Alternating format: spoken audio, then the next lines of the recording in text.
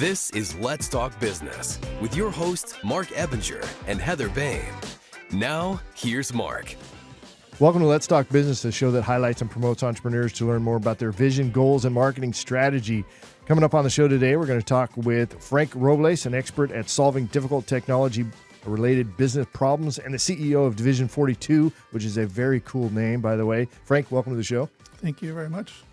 Very much looking forward to being here. It's highly anticipated. All right, I like that. In studio with us today is Heather Boehme, a certified business coach that works with business owners to gain clarity and achieve their goals. Heather, great to see you again. Always good to be here.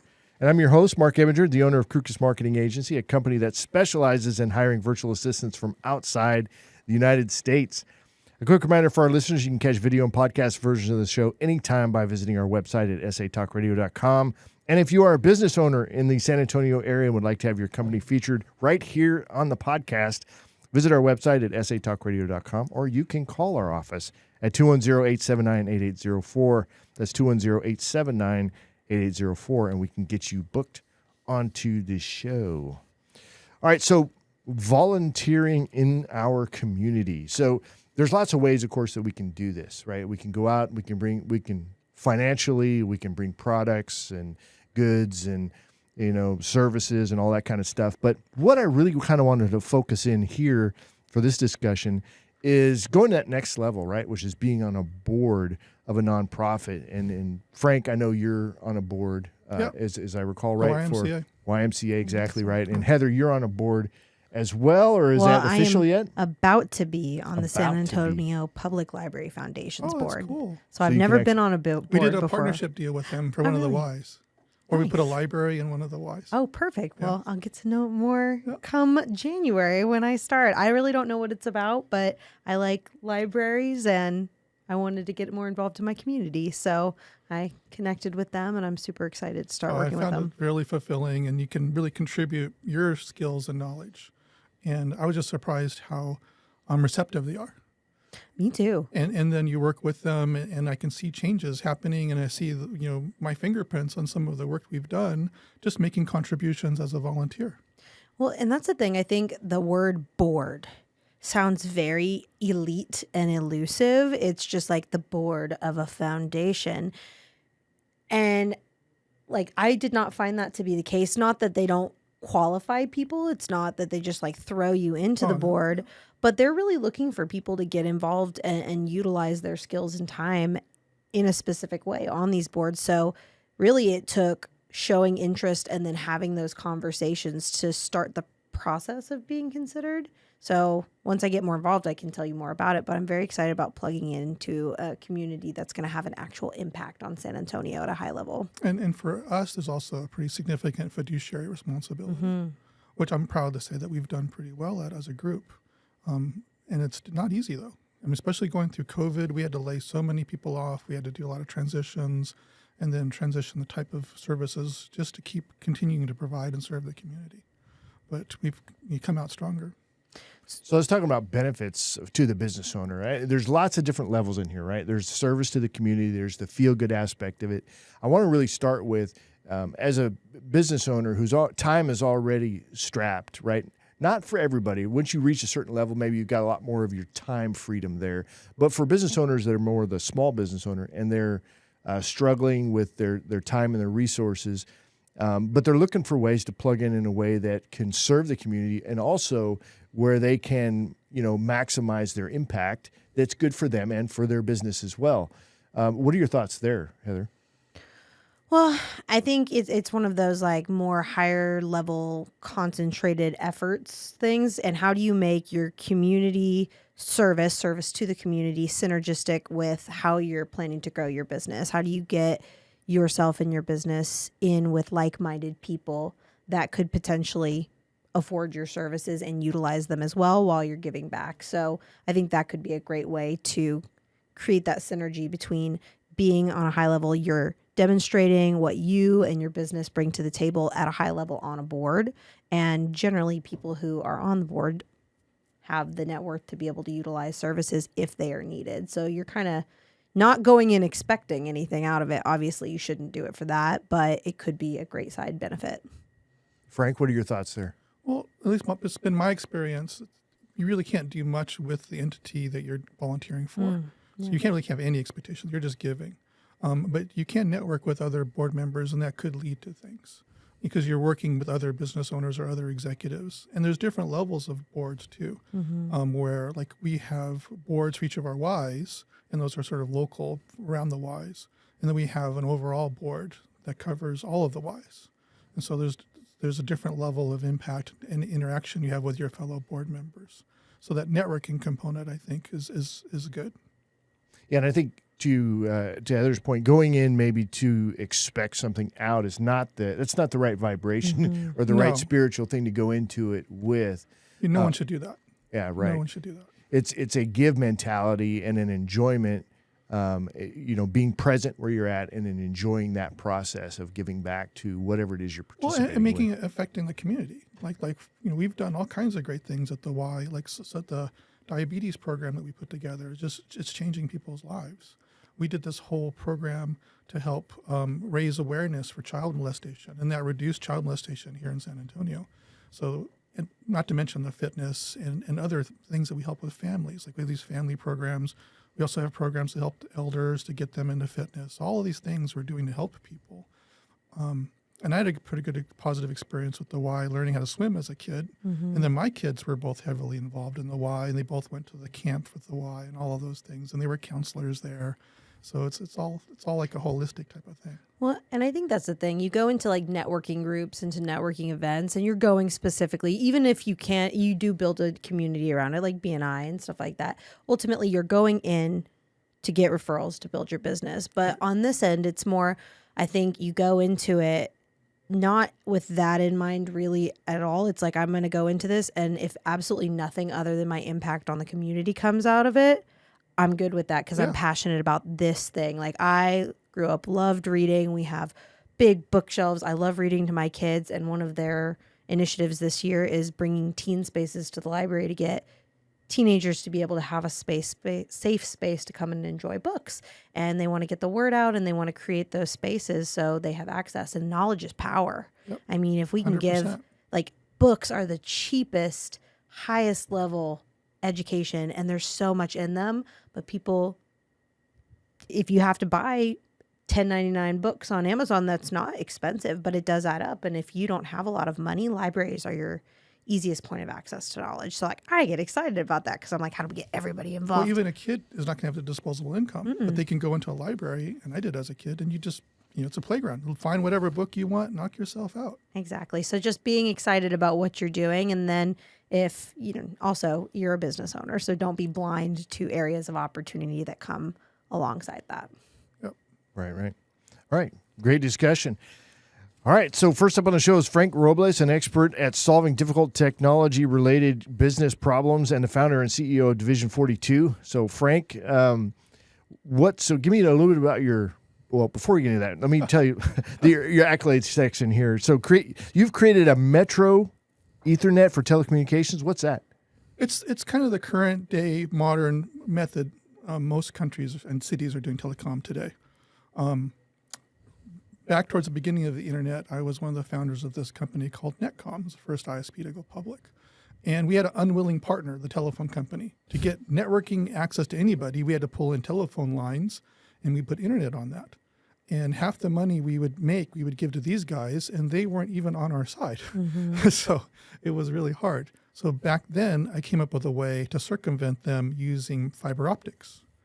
So I started leasing dark fiber optics with nothing on it, and I put electronics on it, a technology called Ethernet, which we use for our computers. Everyone said it wasn't going to be possible. That's just the technology doesn't exist. The APIs aren't there for it. The protocols you need to do the transmissions won't work. All of this naysayers. I made it work. And that's become a standard now around the world, where we're putting fiber out there, putting Ethernet on it, and delivering telecommunications inside the buildings instead of using what used to be signaling for telephones, because that's how it was done before. Yeah, Is that where your patents came from? So you've got 2 telecom patents that are used around the world? The patents came around the same time, but a different thing. So they're pretty interesting. NASA there was an article in my local paper in San Jose headlines. NASA says you can't do TCP/IP. You can't do internet for the space. You can't do TCP/IP to space. So it's not possible. And I says, what? That's crazy. That's totally possible. So I figured how to do it, and I patented it. And now that's the basis for all telecom going to space for a TCP/IP. Because of the methods that I came up with, there's hundreds of patents built upon my patent now, including Starlink as an example. They're using my patent to do communications for Starlink. Do you get paid on that? No, I don't get paid. That would be nice. That would have God been dang real it. nice. And the other patent was encapsulation, where when you're doing satellite transmissions for telecommunications, you're sending large packets of data, like really big packets. But sometimes you don't have enough for that. So you're sending a bunch of empty space. So I figured out a way to fill the empty space with TCP/IP internet packets, IP packets. So I can send internet information in that empty space. And that's the second patent. Okay. So that's when just someone effective. says, that can't be done, there's like a little light in your eyes that's like, bet. Yeah. How does that relate to Division 42?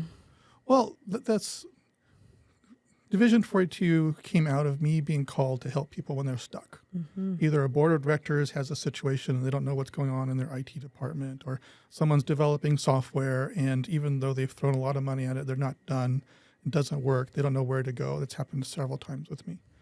So in the end, they call me sort of like, I would consider it like SWAT team. So they call in the SWAT team. I go in and help them figure out what's the reality, cut through all of the BS, and then put together teams if needed or bring my own teams if needed and get the problem solved. What do you find is usually that cloud that keeps them from being able to figure it out where you can come in and see that path? Lack of knowledge and experience. I mean, I've spent literally millions of dollars on different projects, millions of dollars on legal, development, all of these large scale projects. And so I have a lot of current experience doing those things, and I'm still doing these projects. So I have a lot of current day experience to be able to cut through the BS. And I've been a programmer since I was a child. So I've been writing software since I was 11 years old. So I have the technical acumen to look at the technical part as well as the experience to see the broader scope. Because I've been a CEO for companies, I've managed hundreds of people. I know the other elements that come to play. So it's kind of a unique filter that I can see the problem through. So that's a good place for us to say, what's your background? So how did you end up where you are today? Well, I got a scholarship to the University of California as a kid, and I went to college there studying computer engineering in Santa Cruz, UC Santa Cruz. So started there, and after college, I got recruited into my first startup company, and I've been doing startup companies ever since, dealing with venture capital, raising money, building things from scratch. For a short time, I was at HP. For a short time, I was at Apple. Then I was at Netcom that I mentioned earlier, and just company after company, and making substantial contributions along the way. So, and then how does that lead you to Division 42? Is that you founded that company? Yes. Is that correct? Yes. Okay. And then, so how many people are in the company? What are you guys focusing on? There's about 24 people in the company, mostly outside the United States. There's a handful inside the United States. And we've got several projects we're working on right now. We've got a couple we're actually about to ship that are pretty interesting. 2 companies here in San Antonio, in fact. One's called Disinfect Well, where they're disinfecting surfaces for surgery and measuring before and after. And so we've written the software to report that information out to the hospitals. So I'm expecting to launch that at the end of this week. And then the other one I'm really excited about is called Clear Funds. It's here in town, and it's for commercial construction. So we've been working on that for 3 years, and I'm also an investor in that company. And we bring it. What the software does is it brings in the whole value chain for commercial construction: the lender, the owner of the building, perhaps the general contractor, and then all the subs and all the vendors. And then they run their project through the software in terms of submitting all of their invoices. They call them pay-apps. And we integrate the requirement for lien releases and lien notices happening, so they can sign a lien waiver when they submit their invoice. And all the approvals are visible, so they can see what's happening with their money, with their approvals.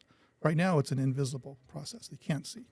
And when it gets to the top and approval happens, we distribute the funds to everybody simultaneously. So the trick about the software, by doing it this way, is we get everybody paid within 30 days. instead of 60, 90, 120. Even the general contractor on average here in Texas is 54 days.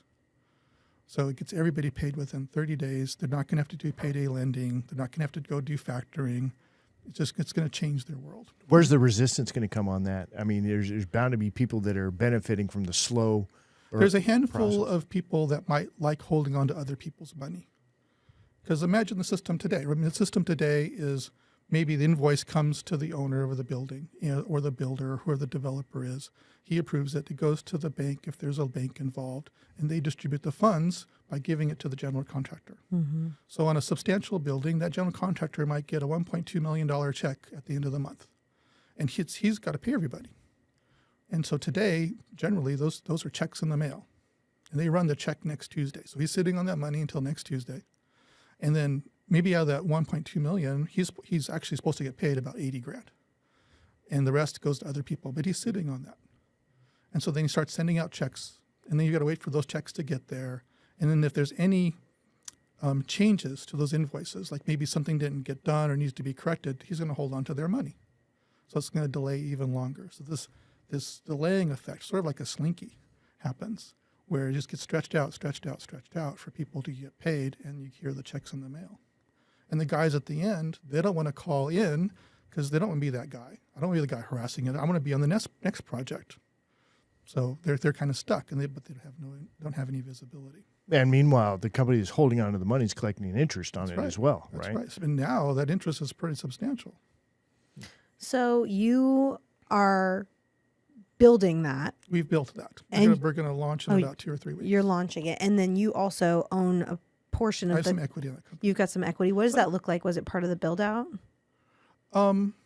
Initially, it was going to be part of the build out. Sometimes the company can't afford our list prices, and so if the project is compelling enough, I'll take some of that in equity, and that's how we started with this project. But it got so involved, and I invested a lot more money, so it's a different. It changed a little bit. Well, that's what I found interesting, because there's equity, so you've got ownership in it, and there's trade services. But how often, when you take equity in a company, do you end up utilizing that experience and expertise in all your different businesses at a higher level and like your own funds? Oh, I treat them all the same, actually. That's kind of the thing I think is kind of unique about our company is, and that's not just me. It's like with my head of engineering, with my product people, with my design people. I mean, this feels like we care more about the project than the company does, than the customer. I mean, we are fully committed. We're pushing, and the biggest problem mostly is to get the principal at the customer site to respond or give us feedback, because like we're just on it. Yeah, and that can be kind of frustrating when you It can be, but it's reassuring to me as a leader that we are ahead of the game.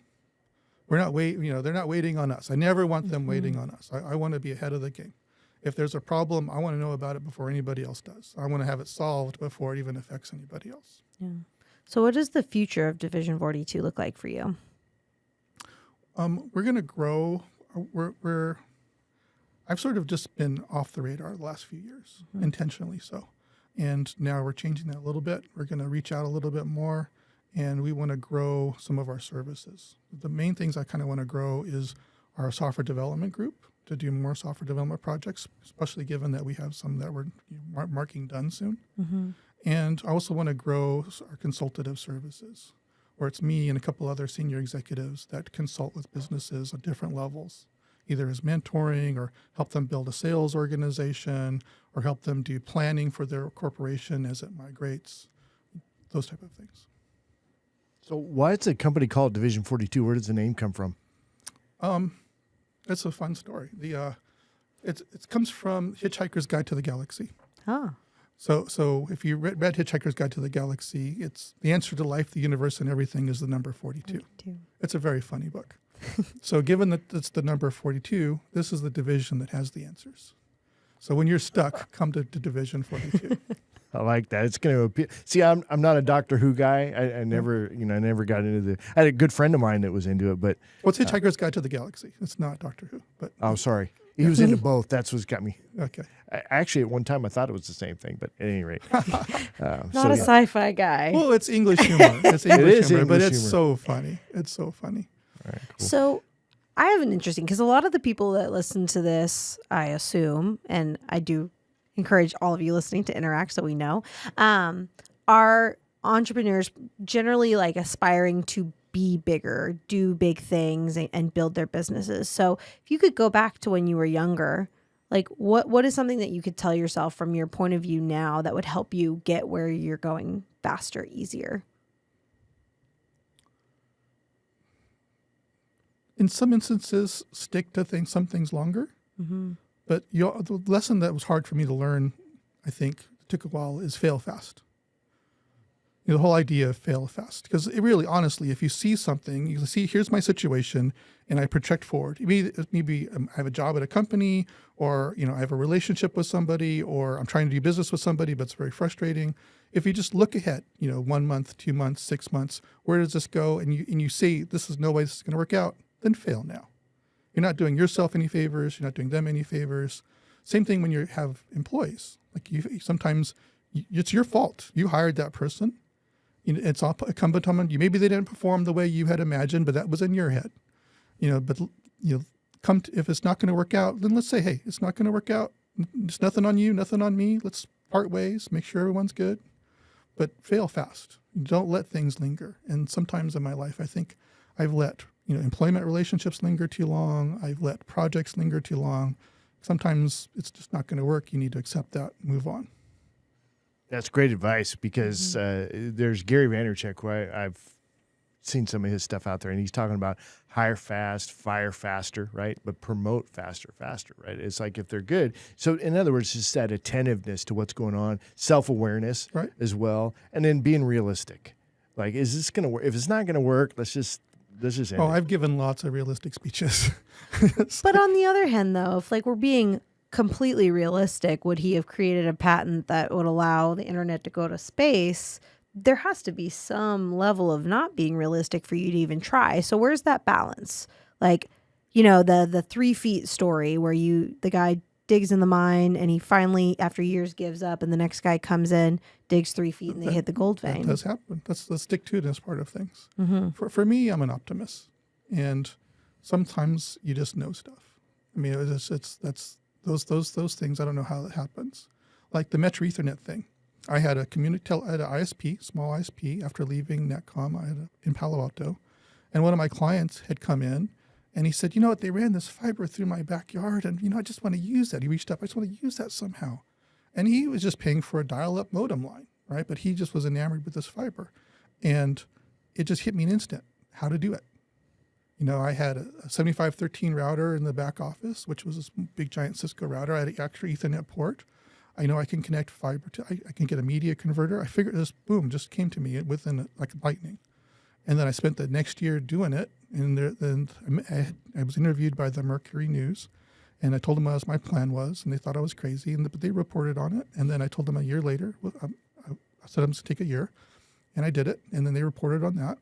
And then I raised a lot of money for that company.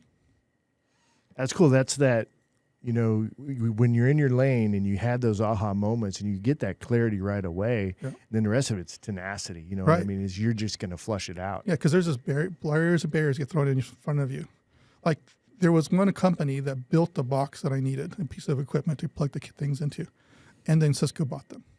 And then there was a second one that built. I needed that box. Cisco bought it. It's like, Cisco was they didn't want those boxes on the market. But finally I got there. So can you tell me a little bit about the fundraising piece? Because I feel like that's a high level skill. If you can fundraise, you can plug that into a lot of different industries. What did learning that look like for you? Multifold, actually. One of it was when I was my first time fundraising. I knew a venture capitalist, a friend, and he had left and he started a company called Telecommunications, and I was helping him. I wrote his design guide for his company when they got started and had equity in his company. So I was helping him. His name's Marc Ebinger. And Mark says, you know what, just talk to the VCs that you know. Just keep it close. You got a great idea, keep it close to the chest, talk to the ones you know. And I knew 4. And I talked to like Seth Nyman, at CrossPoint Ventures was another one. So I talked to the 4 that I knew. I knew one of the guys at Sequoia, but they knew me too well.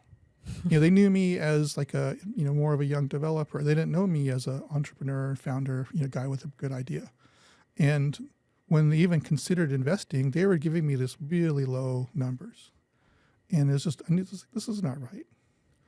And on my own, I just said, screw it. And I just went and I talked to everybody that could move.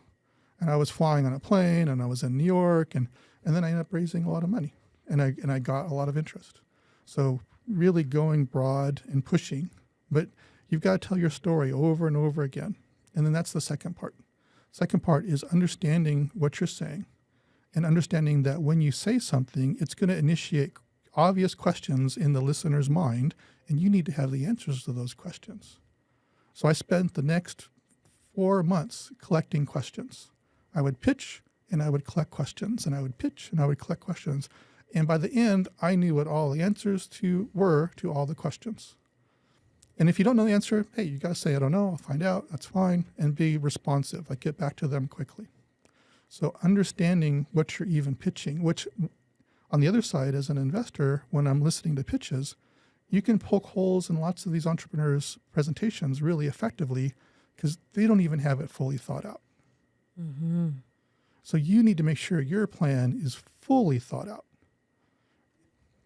So real quick, I want to dig in a little bit more to Sure. telling everybody that moves, because I feel like people don't always have those high level connections. I know multiple people who don't know one venture capitalist, let alone 4. So when you say everyone that moves, do you mean that, or do you start meaning like high level professional connections? No, I mean people who are in the business of doing investing. Okay. So those ones that move. And I didn't know most of the ones that I talked to either. I just started getting introductions. I would talk to one person and I'd get introduced to a couple other people and just be very tenacious about following up and tracking down. And since I had a really good idea and I had my materials were all prepared properly and I had everything in order, it became a compelling story.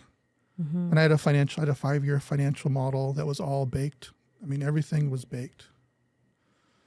I like that. So you didn't just, because I feel like when people hear everybody that moves, they think like, hey, Mark, No. You got the people who are in the business of investing. It goes back to being intentional with those 20% of activities. You're not just blabbing it to the grocer that's checking you out at the grocery store, but you're intentionally getting the connections to the people who, they may not want to invest, but they at least have the ability to. And there's lists of these people out there. There's lists because lots of them are seeking. They want deals. They want to see deals.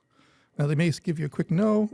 Basically, a quick no is a blessing. Mm-hmm. Because some of these guys will not tell you no, not tell you yes, and just keep you on the hook, and they're wasting your time. Because if they're not going to be a yes, then they're wasting your time.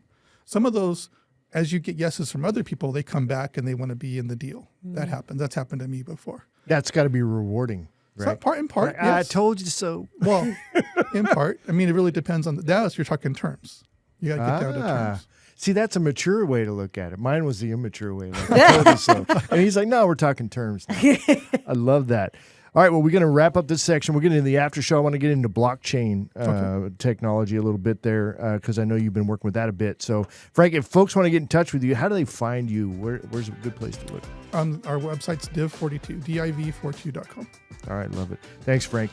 I really enjoyed that segment. I did a lot, so I learned a lot.